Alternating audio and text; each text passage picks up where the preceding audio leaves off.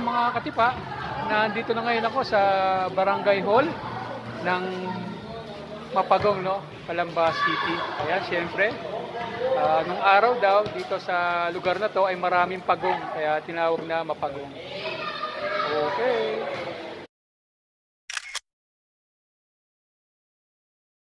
So, mga katipa, ito yung mga kabataan dito sa Barangay Mapagong. Siyempre, naglalaro sila ng basketball.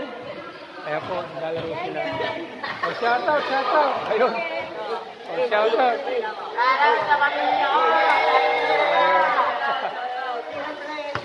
Okay, Katipa Bike Vlog, no? Yung channel ko. Okay. Katipa Bike Vlog. Katipa Bike Vlog. Thank you, ah. Okay.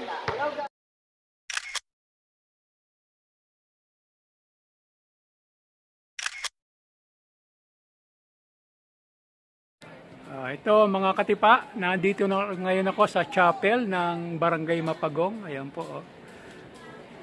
Ngayon, bali ang patron nila dito ay Our Lady of Fatima.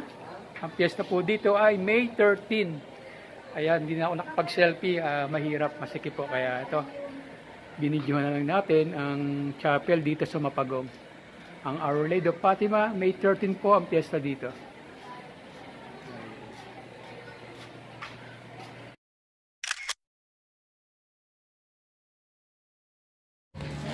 So mga katipa, mga ka-reels, nandito nga tayo sa Barangay Barandal. Ayan, no? Hango sa salitang Espanyol na barandilla, na ibig sabihin ay balustre o railing, no? Yun po nanggaling ang salitang barandal, barandilla, Spanish word. Okay. So mga katipa, mga ka-reels, nandito ngayon tayo, no, sa chapel ng Barangay Barandal. Kaya ang pyesa po dito ay June 13, Patron San Antonio de Padua. Okay. Ayun mga katipa, nandito ngayon sa Barangay Lingga, Calamba City. Ayan, siyempre, galing sa Hindos word na Lingga, ibig sabihin ay pagsamba sa mga bagay-bagay. Ayan, Barangay Lingga.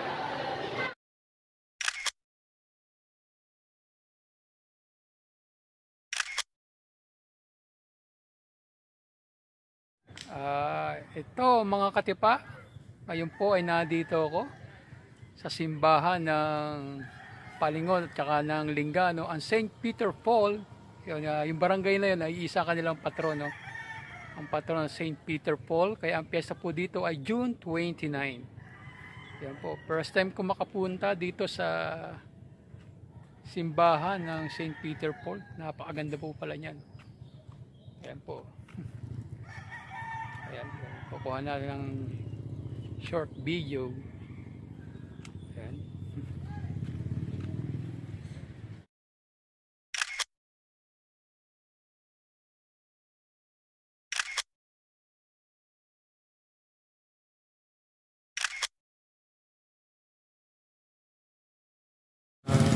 Ito mga katipa, nandito ngayon tayo sa Barangay Hall ng Palingon. Ayan, ito po yung kanilang Palingon Daycare Center. At syempre, kaya tinawag na Palingon to. Galing sa word na Palingon-lingon o looking around. Ayun po, ang tinawag na Barangay Palingon. Okay.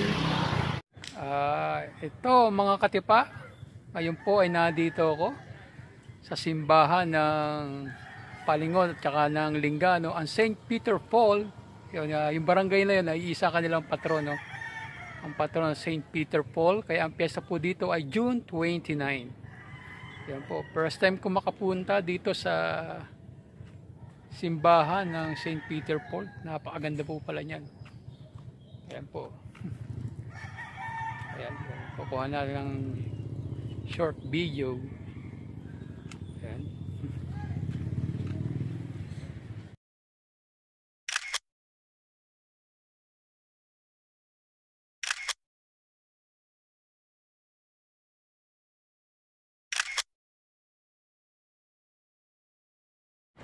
Ito mga katipa, nandito na tayo sa Barangay Hall ng Barangay San Jose, Calamba City.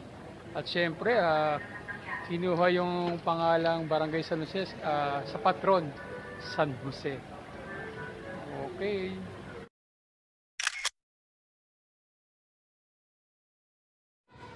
Ito mga katipa, nandito na tayo sa chapel ng Barangay San Jose. Ang chapel ni Saint Joseph the Worker. Ayan po. Kaya po ang piyesta po dito ay May 1. Okay.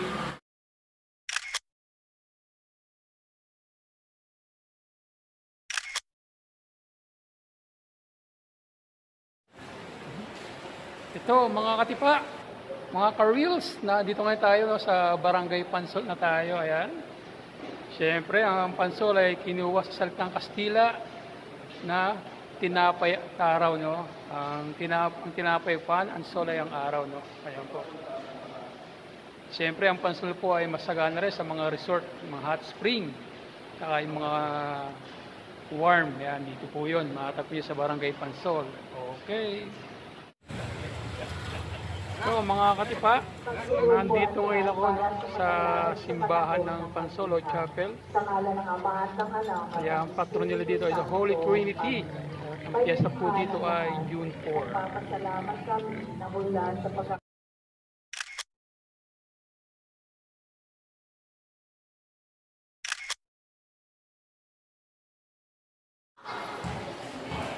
So mga katipa, ayan, ngayon po ay nandito na ako no, sa Barangay Masile, Calamba City.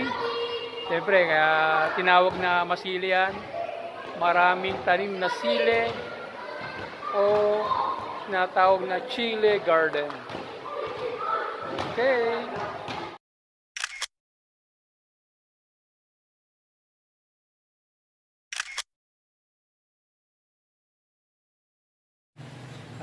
Ito mga katipa, nandito ngayon tayo sa chapel ng Barangay Masile. Ayan. At syempre, ang kanilang patron ay si Our Lady Miraculous Medal. Ayan po. Kaya ang piyesta sa kanila ay November 27. Ayan po. Ayan sila ate. May meeting daw po ang LCD ngayon dito sa chapel ng Barangay Masile. Thank you po.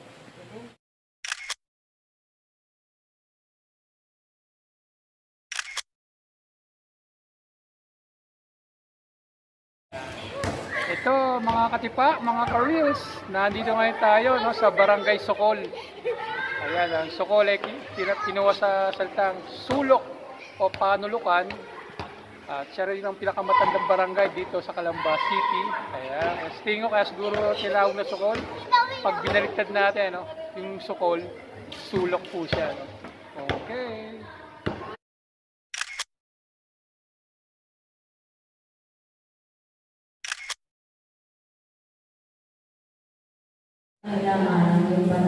So mga katipa, nandito ngayon tayo sa chapel ng Barangay Sokol. Siyempre, ang piyesta dito ay May 26, Patron Corazon de Jesus y Maria. Okay.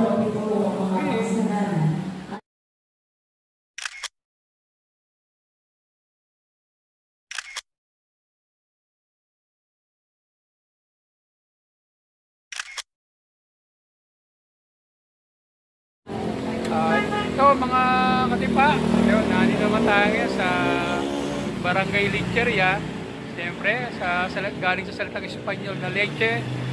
Ang meaning po ay gatas o dairy farm. At nga, yung panahon na bata pa si Dr. Jose Rizal, dito siya naglalaro dahil dito ay pastulan ng mga baka. At doon siya kumukuha ng gatas. Okay.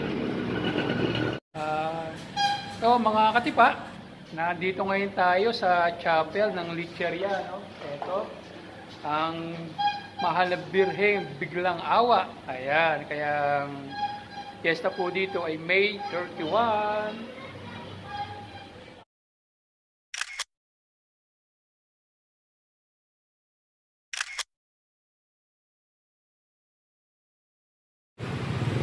Ito mga katipa, ngayon po ay nandito po tayo no, sa Barangay Halang, Calamba City. At syempre dahil daw ang daan dito ay may creek, or crossing or junction. Kaya tinawag siyang Barangay Halang. Okay.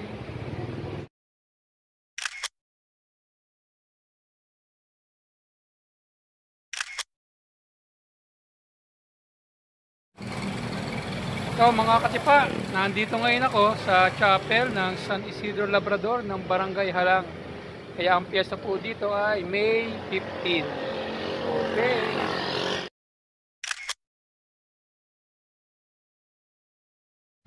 So mga katipa, nandito ngayon ako sa Barangay La Mesa, Calamba City. Ayan, kaya siya tinawag na Barangay La Mesa dahil ito ay isang mataas na lugar, nasa itaas na patag na lupa. Ayan, kaya ho siya tinawag na La Mesa. Okay.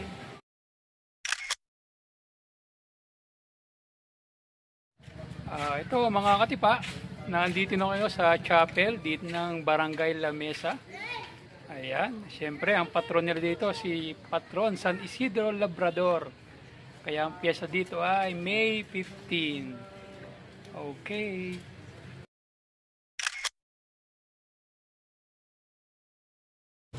Ito mga katipa, nandito ngayon ako sa Barangay Maunong, Calamba City. Ayan, syempre, bakit tinawag na Maunong? Dahil ang kauna-unahang taong timari dito, ang pangalan ay si Maunong.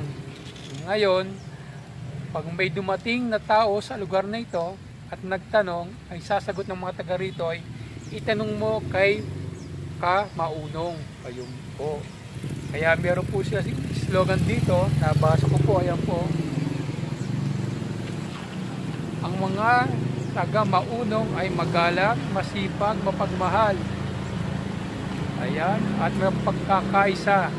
Dangal namin ay anak kami ni Maunong. Ayun po. At siyempre, ang isa pang pinagmula ito ay sa nabasa ko ay mula sa Kalabuang Salita o ang ambiguation words na tinatawag na marunong. Okay.